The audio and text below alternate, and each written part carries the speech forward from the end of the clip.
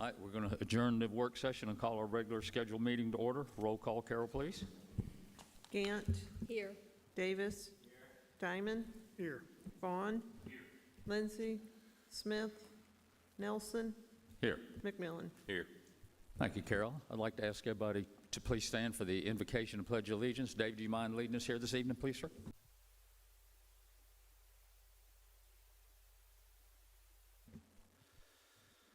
Father, we thank you for everything you give us, and we thank you for the blessings of living here. And Father, I thank you for each person that gives of their time. We ask that you give them the wisdom to make the decisions that are right for this community and bring glory and honor to you. Father, we thank you for this time of year where we have graduates in high school, college, starting their lives. And Father, we ask that you bless each one of them as they graduate and move forward. And Father, we ask that you bless those people that protect the freedoms we exercise and we take so for granted. Around this world, there are problems and conditions and wars and rumors of wars. But Father, you continue to protect us and keep your hand on us, and we are thankful for that. In Jesus' name I pray. Amen. I pledge allegiance to the flag of the United States of America and to the republic for which it stands, one nation, under God, indivisible, with liberty and justice for all. All right, thank you, David. All right, Mayor, do we have any city council report, please, sir? Briefly. We do have Tidy the City coming up the second week of June. That will be at Spirit Park. Chance to throw some things away and clean up your house a little bit. Just got through with Delta Woods and Water, our signature event within the city. And forgive me because I didn't bring the agenda for the rest of it, but I think that pretty well sums it up. All right, thank you, Mayor. All right, let's see, we have minutes to get approved, March 25th work session, March 8th work session, and April 8th regular session. Anybody have any changes or errors or anything that need to be addressed on the minutes? All right, minutes stand approved as written. Old business, agenda item 240301, application for site plan. We'll have a public hearing on this agenda item. If anybody is here that wishes to speak on this agenda item, if you would go to Carol there. She's got a sign-in sheet. Print your name and address, and I'll call on you when I do come up to the podium, and push the speaker button, please, and we'll be glad to hear from you. All right, this is Huckleberry Lane Dog Park. The location is 7295 Huckleberry Lane, and the applicant is Sawgrass Consulting, LLC, on behalf of City of Spanish Fort. Casey, staff report, please, sir. Mr. Chairman, this application proposes to construct a public dog park on a 5.24 acre parcel currently owned by the city, located at 7295 Huckleberry Lane. The initial site plan is submitted proposes to clear approximately 1.6 acres, roughly 31% of the 5.24 acre lot, in order to construct drainage improvements, a parking area, a covered pavilion, and a fenced-in open area for dogs. The subject property is currently zoned R1, low-density single-family residential. At this time, the table of permitted uses and conditions found in section 6.4 of the city's zoning ordinance does allow park or playground, including recreation centers, need not be enclosed within a structure in the current zoning with planning commission approval. The subject property was not identified on the comprehensive plan's future land use map because it was not inside the city limits at the time of the map's creation. Because the site totals more than 1 acre, an 8M NPDES stormwater permit will be required for this site. Staff has performed an initial review of the submitted information regarding drainage with this application and is satisfied that all concerns regarding drainage have been addressed. A landscape plan in accordance with the current landscape and tree protection ordinance has been provided for this application. Staff has reviewed the submitted information regarding this application and has found all required documentation to be accounted for and in compliance with applicable ordinances and regulations. Therefore, staff recommends the Planning Commission approve agenda item 240301, application for site plan approval for Huckleberry Lane Dog Park. Thank you, Casey. All right, we'll open it up for discussion. Casey, just real quick, in our little package, we don't really have a picture showing the dog park, kind of self-imposed on the 5 acres. But just from your knowledge, is the woods, I guess, you know, we're using 31% of the property, so that leaves, I don't know, 60-something% of the property is gonna be kind of raw, undeveloped. Is that woods encasing the dog park? In other words, right, left side, back side? That's your picture, yeah. Yeah, so this is the demo plan, basically, so this area here is what's gonna be cleared. Well, select cut, I guess, they're leaving as Select many cut, trees right. as possible. Leave a lot of trees. Yeah, it'll be, open somewhat, but trying to leave as many trees as possible for shade in the park itself, but then this area around the park will not be cut or, So, question I had, you know, because I know there's probably some interest from the public and people who live on the lane.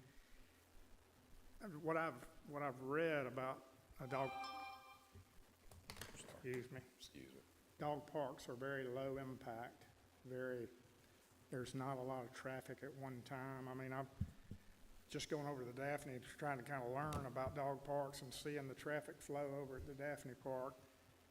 The most I've ever seen over there was about 4 or 5 cars. I just hadn't seen a lot of traffic, so that concerned me for residents on that road. Was it gonna be an impact for their, but then I start looking at the 5 acres and I try to decide if that was developed out, how many houses could we fit on the 5 acres, with half-acre lots? So I was just trying to think about that impact versus what we're designing here.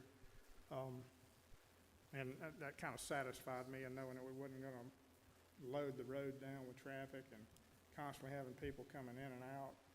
You know, because a facility like this is also bringing people that don't live on that street. They don't, I just didn't want to bring a lot of strangers back in somebody's neighborhood and things like that, so. All right, any other? I will say this, there will be some time limits on the park, which the council will be entertaining the rules for the dog park at the next council meeting. It also will be a gated off entrance, so after X time, we'll lock it down at night where people can't be there late at night and all those kind of issues. The lights will be on timers, so you won't have those issues. The lights will be directed at the park where it will not affect the neighbors. And with the natural buffer of the trees and everything around it, I think this is going to be something that we all look forward to getting done. I've been talking about a dog park for, I don't know, 6 years or better, and I sure would love to get this done. All right, anybody else? And I think Kevin's note about the impact houses versus dog park, probably well taken. The traffic's not going to be that much more than if it was single-family dwellings built there. And if the mayor will recall, at the time that the city bought this property, it was an unzoned piece of property, and the developer was considering making a submission to build apartments there. And so the city purchased it, locked that use away, and now is devoting it to a community park. So it's certainly a lot less impact than what it could have been. All right, anybody else? All right, discussion's closed. We'll open our public hearing. I believe it's Shane Perry?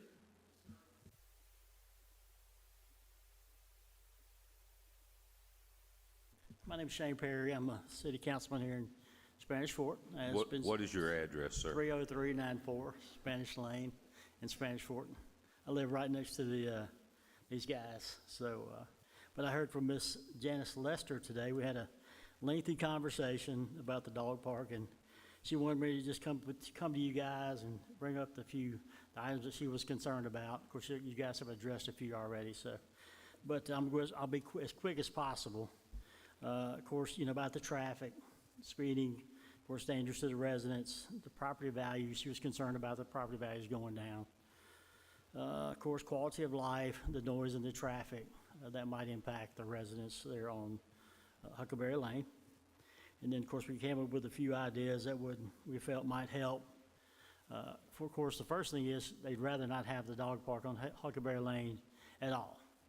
So that was our first thing that she actually wanted me to convey to you guys. I'm sure everybody else feels the same way.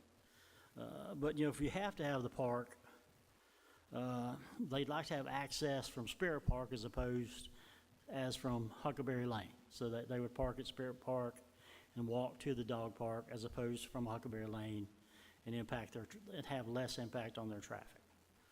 And of course, large buffer wooded, which is, there's a lot of buffering now already. But if you can move the park back up in the lot where it's closer to Spirit Park, so there's more buffering on Huckleberry Lane, so it won't impact the residents as much, they would really appreciate that. Of course, wooden fences as opposed to chain link fences, maybe cut down on the noise a little bit. Of course, Mayor already touched on about the hours of operation, limiting it to just, times when it wouldn't impede the residents of the neighborhood. And, of course, maintenance, like who would keep up the maintenance of the park. And, of course, I know that's a city, but like if somebody didn't pick up their dog waste or whatever, who would handle that kind of stuff. So I hope that covers pretty much most everything everybody want to talk about, but that's what I have for Ms. Lester. So thank you guys for that time. All right, thank you. All right, Ashley Knoll. Hey y'all, I'm Ashley Knoll. My address is 7295 Huckleberry Lane. I am right after the dog park on the right side of the Huckleberry Lane. My first concern was y'all were addressing it as 7295 Huckleberry Lane, the parcel that the dog park's going to be on, because that's actually our address. So I just wanted to see if I was correct in that. Is that what was said? We'll have to double check that. That was the address that the county had identified for this parcel on their site, so I have to double check But that. that's your address? Yes, and our But we need to get with the county and get that straight, whatever it is. because our address matches up with the neighbors across from us. And it could have been that it may not have an address because there's nothing developed there. The county doesn't address vacant parcels now. So it may have just been the next available address that it was identified as. Well, I would suggest we get with the county mapping and figure this out. So We'll we'll have take a the look right at that address. tomorrow. We don't want to use your address. Yeah. Okay. My next concern is the maintenance of the street where the dog park is going to be on. We have a lawn guy that comes in, controls the leaf and debris that's on our section of the street. But before that, probably half of that side of the street has debris and leaves and overgrowth, and I just want to raise a concern about that because most of the time, even like the delivery drivers and everything that comes down our road, they tend to drive in the middle of the street just because it's hard to kind of see.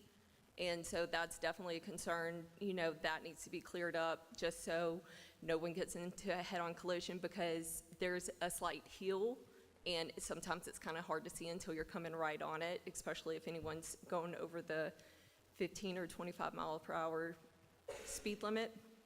And another thing I wanted to see is what the patrols are going to be like for that area because we've had problems in the past with people coming down there and smoking weed, which is so smelly that I can smell it inside of my house because we don't have very many street lights down there. So it's at the end of a circle cul-de-sac, so it's kind of perfect for people to come down there and park in the bushes and smoke or play their music real loud and things like that. And in the past, when I've called the police department, they told me that I was not part of the city, that I was part of the county, and they could not send a police officer out there to check on it. So that was just another issue I would like to bring up. We'll certainly get with the county on the mapping because something obviously is wrong. Yeah.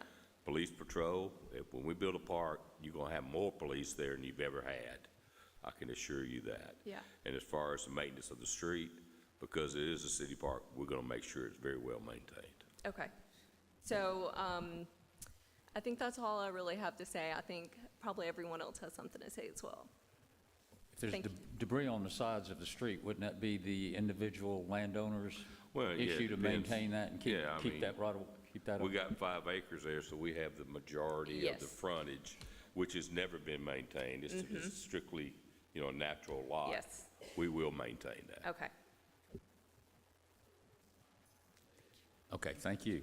All right, James Gibson.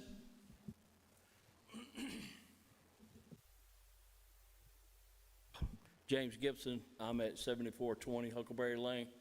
My property's directly across from where that driveway is going to be input. So I agree with the first guy that spoke. I don't remember his name, but something other than the driveway coming to Huckleberry, could we do something to where the access is, the property adjoins the Spirit Park. So if there's any way we could entry and exit the dog park from the Spirit Park, that was my main thing, because there's a lot of small kids on our street, and they get out in the street, and the whole part about living in Spanish Fort is, the safety and the freedom of our way of life. And when you take, on Saturdays and Sundays, there's 7 or 8 kids out there on their bicycles, and we ain't got to worry, because it's a dead-end road to a dead-end road. There's no through traffic ever. So unless you live there, and everybody has high respect of each other's kids, because, each other's kids is out there in the road. And I don't have any small kids, but I got some teenagers, and, they walk and whatnot. But if we could change the way the traffic is in and out of there, I'm not opposed to the dog park at all. I think it's a great idea Mr. McMillan's trying to get going. But if we could just maybe kind of shift it, like he said, more towards the park, to where I know it's limited over there too, because I've been over to Spirit Park, and sometimes when all the fields are playing at the same time, there's people parked all the way out to 31. So, maybe if we incorporate some kind of a parking lot that might be advantageous to the Spirit Park as well, to where you could park there and go to the ball games, and park there and go to the dog park, and some other kind of entry and exit other than Huckleberry. That was my only concern. All right, thank you so much. All right, Jennifer Peterson.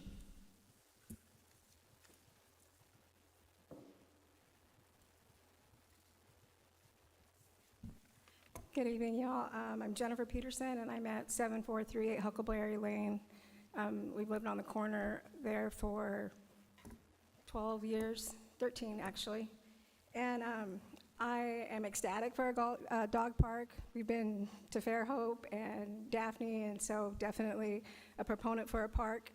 I have to admit, when I first saw the announcement and whatnot, and where it was located, on an assumption, I thought it was going to have some type of access from Spirit Park also. We do have a resident who just purchased a home in December, and he had let us know in a little community group that he had even asked someone from the city where it was going to be, the entrance was from, and was told it was just going to be a maintenance entrance. So I know that that's a concern, but for me, it's not a deal breaker. However, I do know that that is definitely something that's been voiced along the street and in the area, that it would definitely be preferred if there was some type of way to gain access from Spirit Park also. I was a former city clerk for 10 years, and so when I got this, I'm familiar with the verbiage and was going over some things, and on the map is kind of microscopic, and I noticed that in the legend it says proposed stop sign. And I was trying to read, is there another proposed stop sign to be added on the street, or is that just in the legend? Can anyone answer that? I'm not sure where you're speaking of a stop sign. Certainly there'll be one when you're leaving the site. Right, There'll be okay, that's stop where I sign. was. It's right here. It's traffic controls for leaving the site, right Yeah. here. So there will be a stop sign to help control coming. Sure.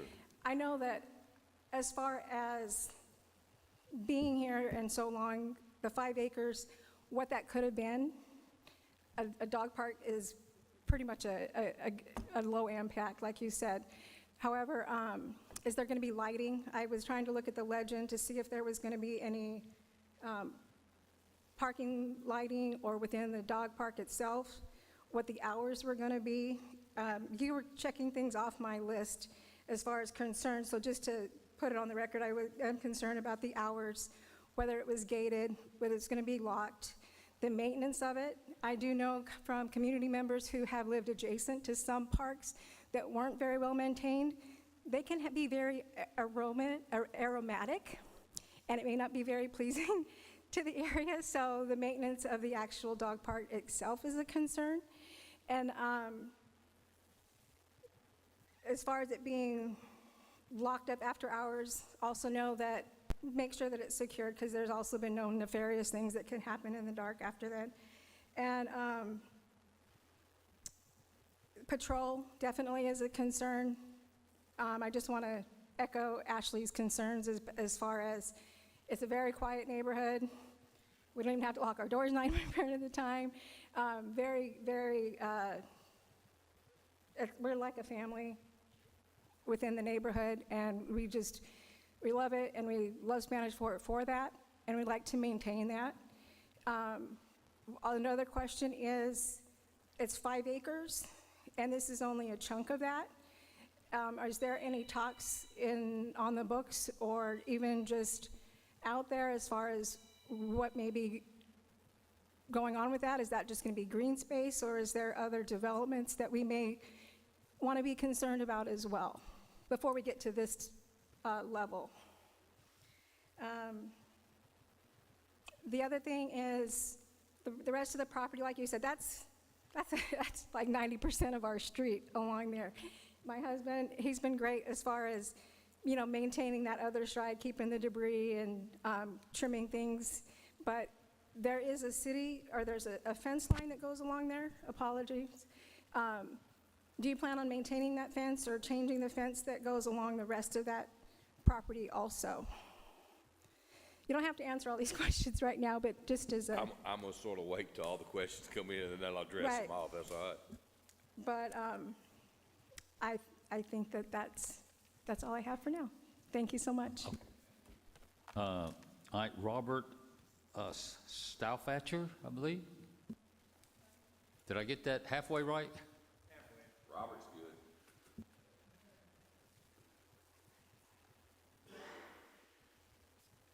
This thing on? Okay. Good evening.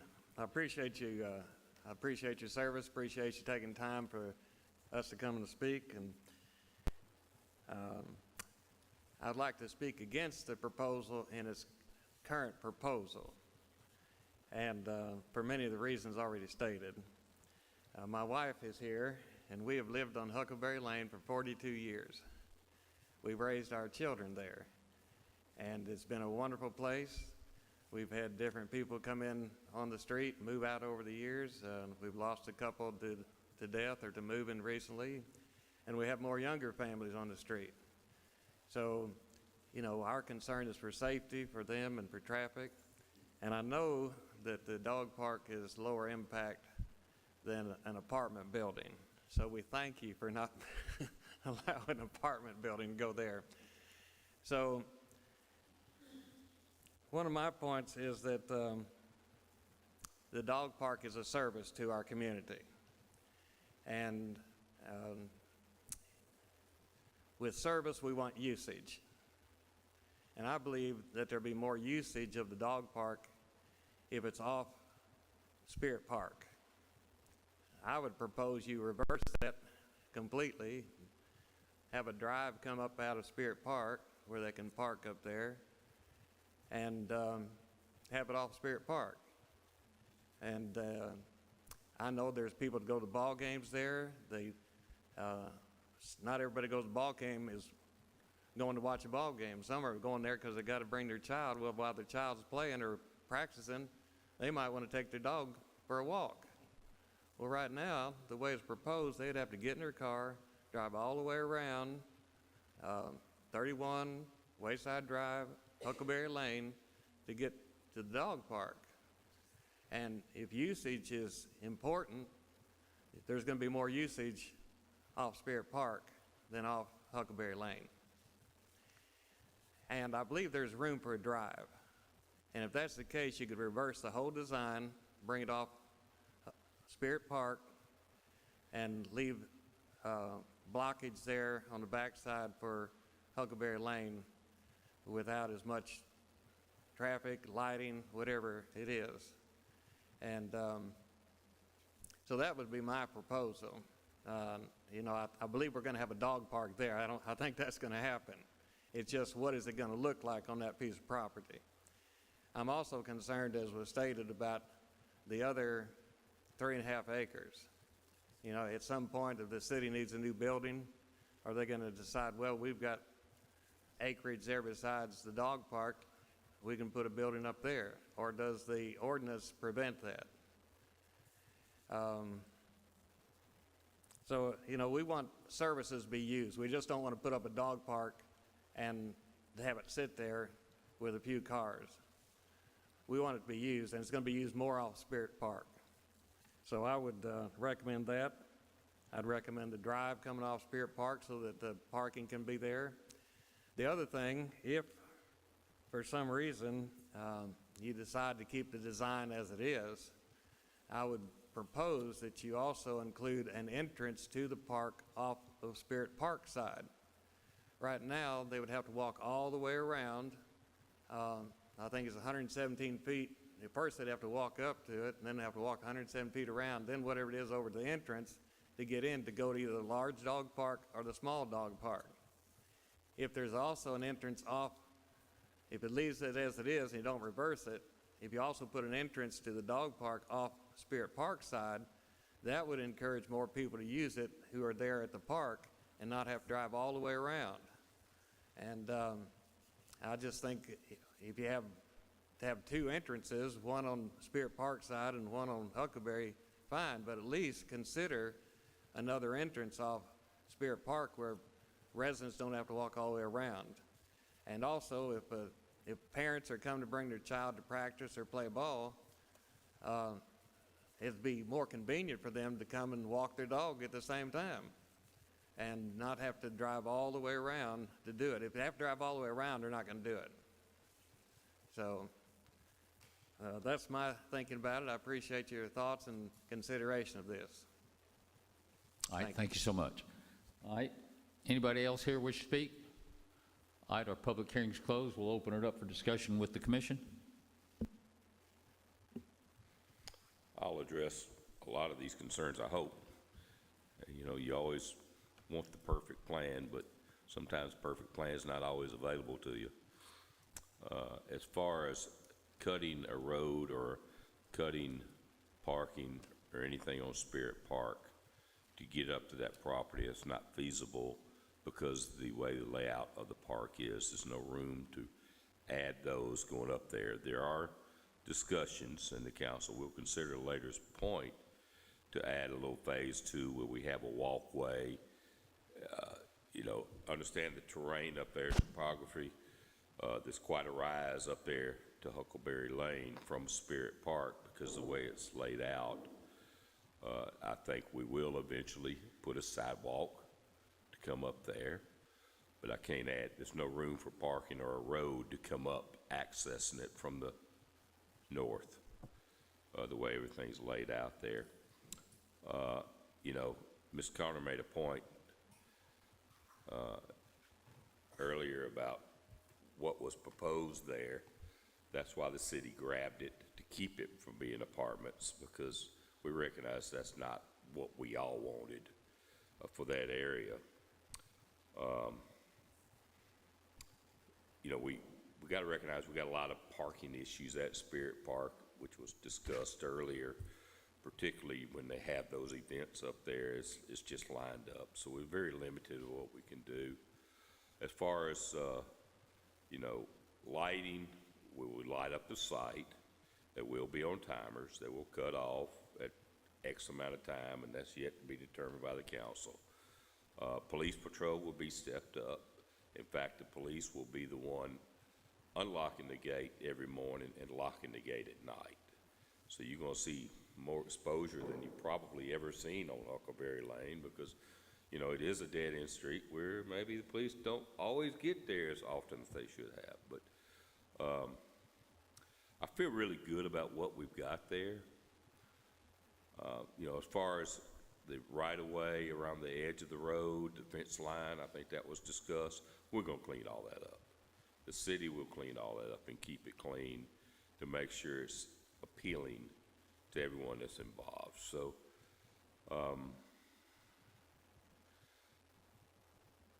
you know, there's always opportunities to do things differently, better, but sometimes topography does not lend itself to doing those things. So we have to adapt with what we have. So I hope I've addressed a lot of concerns.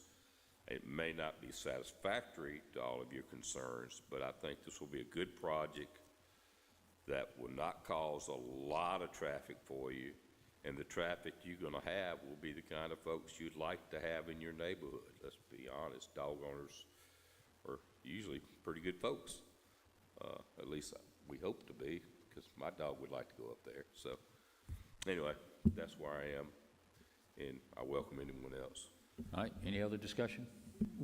Just real quick, Mr. Chairman, when we first started talking about the dog park, I know Mike got tired of me talking about it, but normally parks in a city, take Daphne for instance, they bought a giant chunk of land, had great planning for anything they wanted on that piece of land. If you guys have not been out there, it's on 64, if you go out past Riviera Utility, but they were able to incorporate so many things, and with our park here at Spirit Park, it's just so limited in our land. But I was, bending Mike's ear about the connectivity of the parks and how it would be utilized even more if there was a way to make sure we could access it through Spirit Park. He made me aware of the topography, and then, of course, would ADA have to get involved for a sidewalk to get to it from Spirit Park with the slopes that we were having to deal with? But I'm still going to push that. I think it's very important. I've been on it. I want you to be able to walk from Spirit Park to the dog park. I think we do need rear entrances to the dog park for future. So let me see if there's a couple other things I was going to address. That was definitely one of them that I'm. One quick interruption. Casey, you mentioned something about core permit or a permit that's going to be required for land disturbance. Be an What's the time ADM frame permit. on that permit? We're not looking at another Doesn't year usually. with the core. are No, we? no. This is an ADM permit, which is Okay. not near as difficult to get as a core permit, but that's required with any development over an acre or any disturbance over an acre, and that's really at ADM's discretion, so they could decide not to require it for Okay. this as well, so. When I heard permit, all I worry about the core and years. Just to clarify that for you, Mayor, that Ursula Godwin, Sawgrass Consulting, that permit will be pulled once the project is bid. There's a contractor, and then they have to be, actually, since they're disturbing the land, they'll hold the permit. So, I mean, you're talking about a week to get that. It's not a long, drawn-out process, but it basically keeps their erosion control and BMPs and things like that in check. All right, any further? Just a couple quick ones. I wouldn't want the city to make sure that we, the maintenance, right? So emptying these trash cans, emptying these dump stations. We need to find out how often Daphne does that.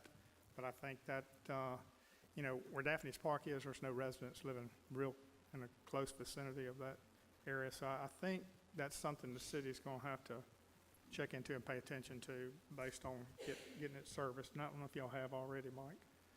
But we do need to have a plan. It will be a daily maintenance situation. Okay. Vegetation growth, you touched it. Wood fences versus chain link, I think we need to be able to see in there. I would kind of argue against wood fences. I don't see this hurting property values at all. If anything, if you got dog people, it's going to help your property values down the road. People can walk down there and have a social time with other dog owners. Traffic, I had a note here, I think it's lower impact than some other uses, even residential single-family homes. I think with 5 acres, how many homes you could have on it. But I think that's all I got. All right, anybody else? All right, discussion is closed. Do I have a motion? Mr. Chairman, this would be a motion to approve the site plan in accordance with Alabama Code Section 11-52-11 as to the location, character, and extent, if someone would like to make that motion. I will make that motion. 115211, I believe you said. I make a motion to approve this. Second. Bernard? All right, roll call. Carol? Gant, Yes. Davis, Yes. Diamond, Yes. Vaughn, Yes. Nelson, Yes. McMillan. Yes. All right, motion's approved. All right, we have agenda item 240302, application for site plan, and that is for Eastern Shore Mini Golf and Go-Kart Center at Eastern Shore Boulevard, Gulf Wide Engineering, and that has been postponed. So we'll move along. We have agenda item 240303, application for plan unit development. That's Kirby PUD Master Plan, Old Highway 31 and Lee Road. That has also been postponed. We have agenda item 240304, application for site plan, Techline MF Manufacturing Building Addition. That has been withdrawn. So we'll now move to new business, which is agenda item 240501, application for site plan. This is Express Oil Change, excuse me, on Eastern Shore Drive at Eastern Shore Boulevard. The applicant is Civil Consultants Incorporated on behalf of Express Oil Change and Tire Engineers. Casey, your staff report, please, sir. Mr. Chairman, this applicant is proposing to construct an automobile service station on a 0.99 acre parcel located at the corner of Eastern Shore Drive and Eastern Shore Boulevard to the south of Publix within the Eastern Shore Center. The initial site plan is submitted proposes to construct a 5,677 square foot building, parking area, covered pavilion, and a fenced in, oh, that was a typo from the last one. Subject property is currently zoned B3, general business. At this time, the table of permitted uses and conditions found in section 6.4 of the city's zoning ordinance does allow automobile and truck service station, including minor repair, subject to the requirements listed under special provisions, where the primary function is retail sale of gasoline, oil, grease, tires, batteries, and accessories, and where services are limited to installation of the items sold, washing, polishing, tire changing, greasing, and minor repairs, but not including commercial wrecking, dismantling, or auto salvage yard, major mechanical overhauling, or body work. Fuel pumps need not be enclosed within a structure. In the current zoning with Planning Commission approval. The subject property is identified on the comprehensive plan's future land use map as Highway Regional Commercial. Staff has performed an initial review of the submitted information regarding drainage for this application and is satisfied that all concerns regarding drainage have been addressed. A landscape plan in accordance with the current landscape and tree protection ordinance has been provided for this site. And staff has reviewed the submitted information regarding this application and has found all required documentation to be accounted for and in compliance with applicable ordinances and regulations. Therefore, staff recommends the Planning Commission approve agenda item 240501, application for site plan approval for Express Oil Change. All right, thank you, Casey. We'll open it up for discussion.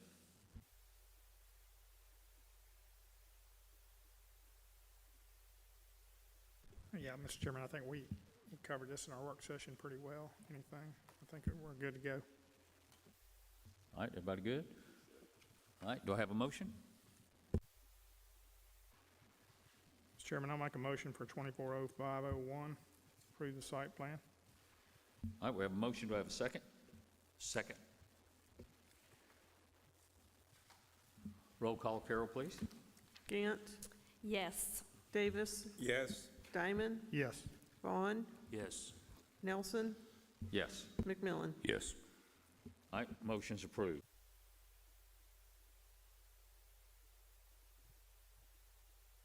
All right, we have agenda item 240502. This is application for preliminary subdivision plat. We'll have a public hearing on this agenda item.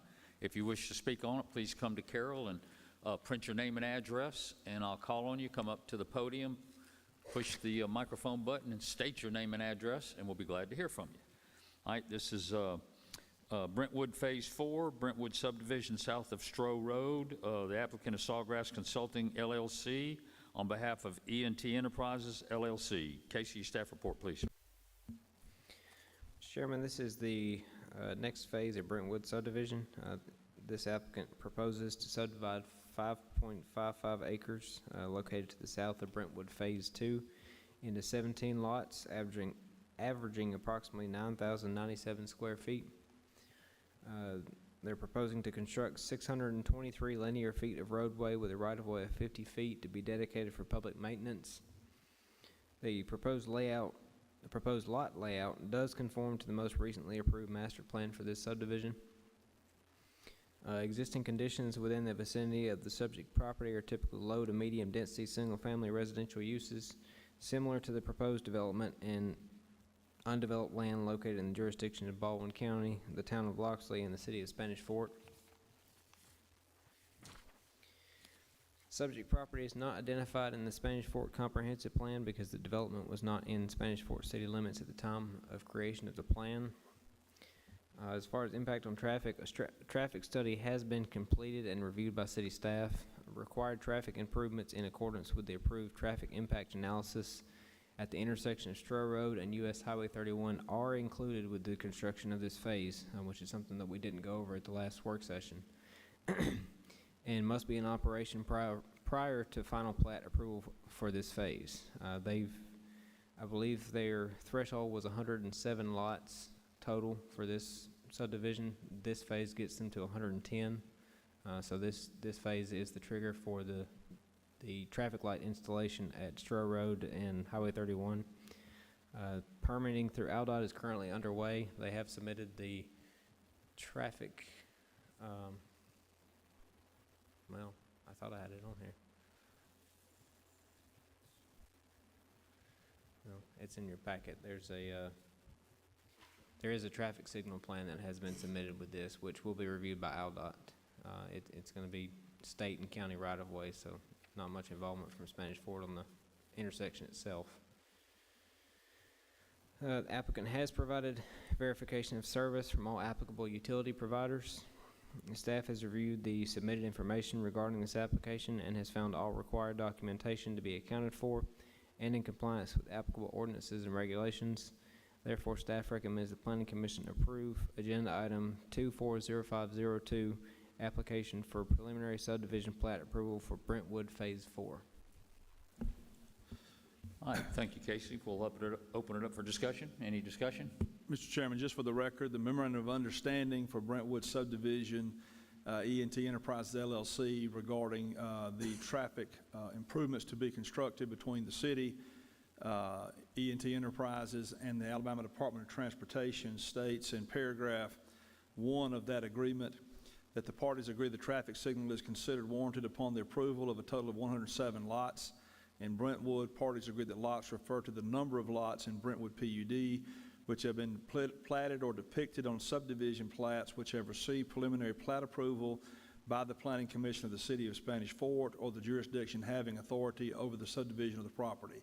As Casey mentioned, this will have 110 lots, so that threshold is met at this point. Paragraph 2 says the parties agree that the developer should he be required to perform the traffic signal work, shall obtain an approved permit from ALDOT for the traffic signal work prior to receiving final plat approval of the phase or phases, which includes the 107th lot of Brentwood. So they have to receive the permit from ALDOT for the construction of that work prior to receiving final plat approval, and then the developer agrees to coordinate with all builders, contractors, and other subsidiaries as necessary to ensure that the traffic signal will be substantially completed prior to the occupancy of the 107th house constructed within Brentwood PUD. Substantial completion will be determined by ALDOT, and the developer agrees and assumes all liability and responsibility for the coordination referenced herein within Part 3, and that's paragraph 3 of that agreement. So just for the record, I want to make sure that the developer understood that prior to receiving final plat approval, they have to receive the permit from ALDOT before they can construct or receive or have occupancy of the 107th house in the subdivision. According to this, they also have to have substantial completion of those improvements. All right, y'all are aware of these requirements? Okay. All right, they're aware of them and they're good to go. All right, any other discussion? Well, I asked a question here. With the series of lights going on 31, which you got one at Eastern Shore Boulevard you have here. I know there's one at Bedrock, and there's one at Dedication, or Declaration Boulevard, a little bit further, it used to be Jenkins Pit Road. That's coming. Is there any conversation about syncing all those lights so we have a constant flow? Or I'm afraid of the staggered stop and go, and I'll call it Airport Boulevard effect. Ursula Godwin, Sawgrass Consulting. I have not heard anything about synchronizing the lights, but I mean, I'm sure that's something we can inquire about. I would imagine that's going to be more Aldot's control than, anybody, but we can definitely ask if that's their plan, or if they'll require, once the signal's installed, that one light, synchronize with the next. But we can definitely inquire about it. That is a good question to inquire about up front, because if I remember correctly, Eastern Shore and the county, everybody else spent several $100,000 trying to do that retroactively down 98 and 181. So it'd probably be a very good discussion to have up front if there's any type of software or something that needs to be purchased up front to make that happen. And Mayor, I can speak to that a little bit based on conversations we've had with Aldot regarding other developments, not necessarily this one, but they did say as they're putting in these new lights, they're going ahead and outfitting them to be, synchronized at the time, because it's easier to do that on the front end than it is to go back and try to retrofit the lights. Thank you, Casey. Very important that happens. Yeah, so I So feel I can pretty just certain. see. Right. I feel pretty certain that if Aldot's talking about it, they're going to require that as part of the design and so forth. So our traffic consultant will be the one that's designing the signal and all of that. So I'm sure it'll get put in there then. All right, any other discussion? All right, discussion's closed. We'll have our public hearing. I believe it's, I'm probably going to get this wrong again, Michael Acker?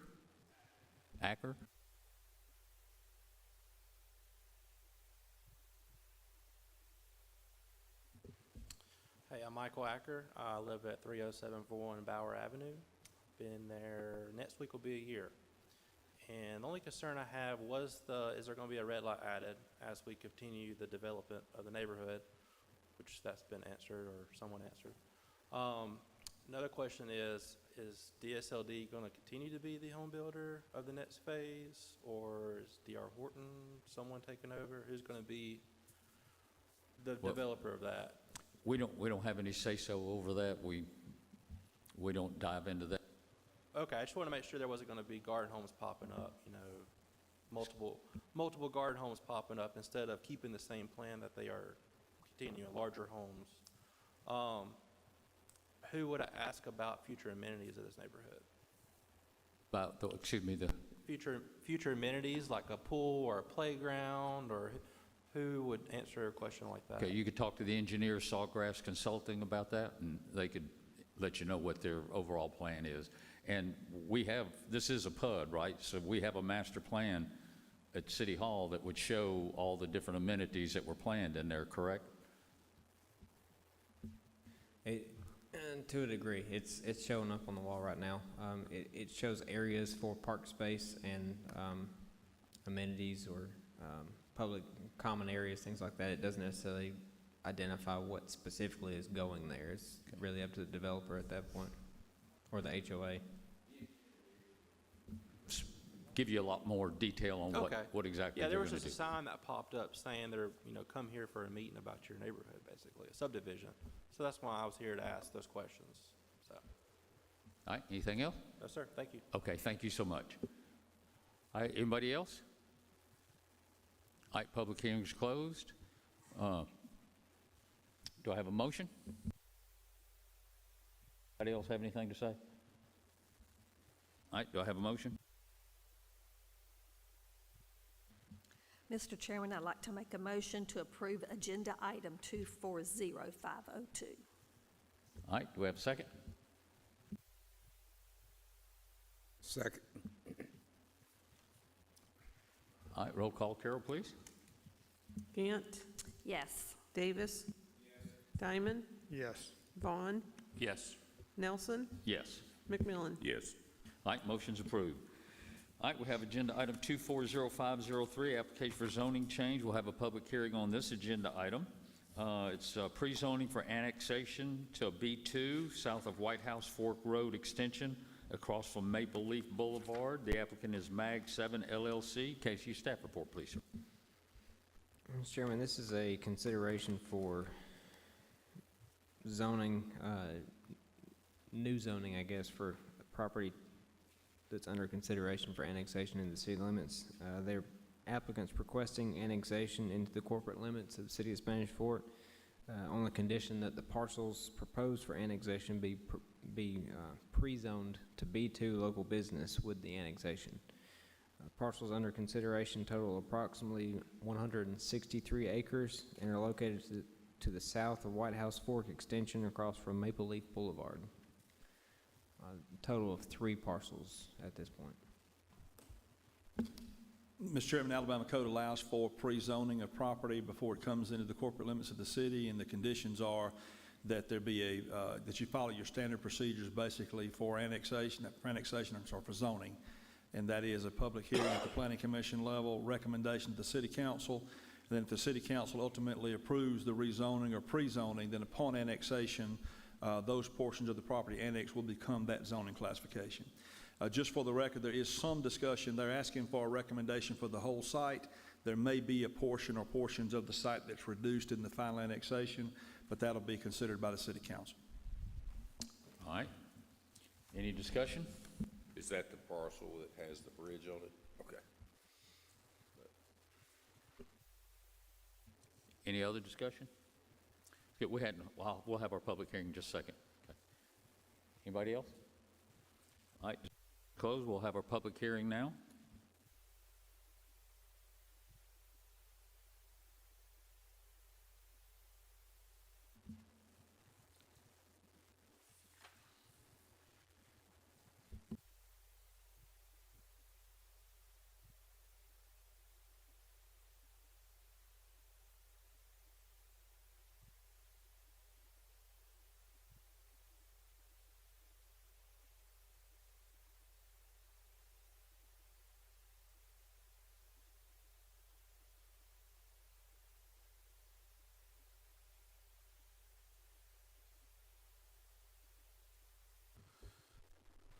Hey, I'm Jared Douglas. I live at 9240 White House Fork Road Extension, which is just to the east of the proposed annexation.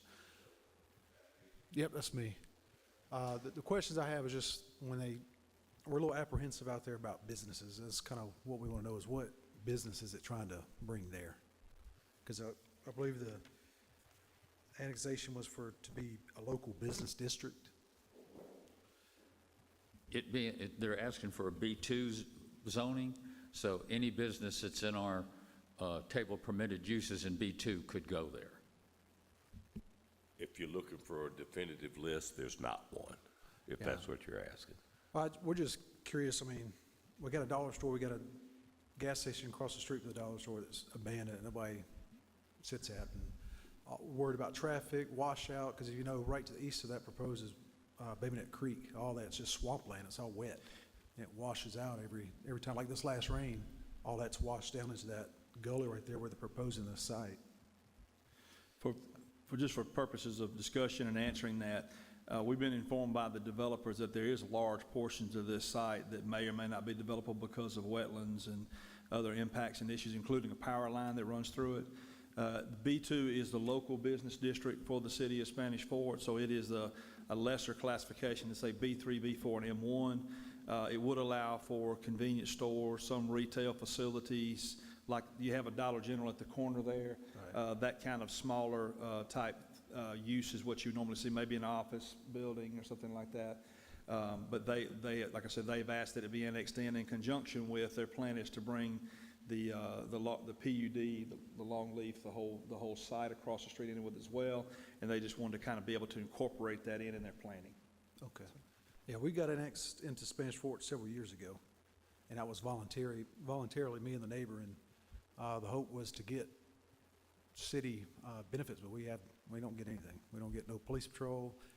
We did get solid waste, and it was a nightmare. We went back to Baldwin County Solid Waste. So our question is this to extend, will we be getting city benefits as this keeps extending north? Certainly, as the city expands, you're going to see more city services. Okay. I'm disappointed to hear that maybe the waste didn't go the way you thought Oh, it was a would. nightmare. It was never getting picked up. We went So through it for Baldwin about 2 County's years. picked it up, is that what I'm hearing? Finally, me and those two neighbors, we were the only ones in the route north of, I mean, they weren't even coming past, I would say, Stillwater. So there was weeks where we weren't getting picked up. We were paying for a service we weren't getting. So we finally called and complained enough that they finally switched us back to Baldwin County Waste, so. As the city develops up that way, you'll see better services, more of them. You should see patrolmen every once in a while, but, you know, with 2 lots up there on White House Fork, I mean, honestly, it's sort of hard to get up that way. But as that area develops to the north of you, you'll see more. Is there any plans on school systems expanding that north, or? We do not control school zones. I wish we did. Right. All right, well, that's all the questions I had. Appreciate it. All right, thank you. All right, anybody else? All right, public hearing's closed. Any discussion? All right, do I have a motion? Mr. Chairman, I'll make a recommendation. This is a recommendation to City Council, right? Okay. I'll make a recommendation, we send a positive recommendation to the City Council for agenda item 240503, application for zoning change to B2. All right, do we have a second? I'll second. Roll call, Carol, please. Gant, Yes. Davis. Diamond, Yes. Vaughn, Yes. Nelson, Yes. McMillan. Yes. Motion's approved. All right, we come to our public participation part of our meeting here this evening. Anybody here wish to speak? It's closed. We have a few announcements. The next regular meeting of the Planning Commission will be held Monday, June 10th. A work session will begin at 6 p.m. in the multipurpose room of the Spanish Fork Community Center, followed by the regular meeting at 6:30. The next informal work session of the Planning Commission will be held Tuesday, May 28th at 6 p.m. The next submission deadline for the Planning Commission regular meeting agenda is Tuesday, June 11th at 12 noon. Any other announcements anybody wishes to make? All right, do I have a motion to adjourn? All right, meeting's adjourned.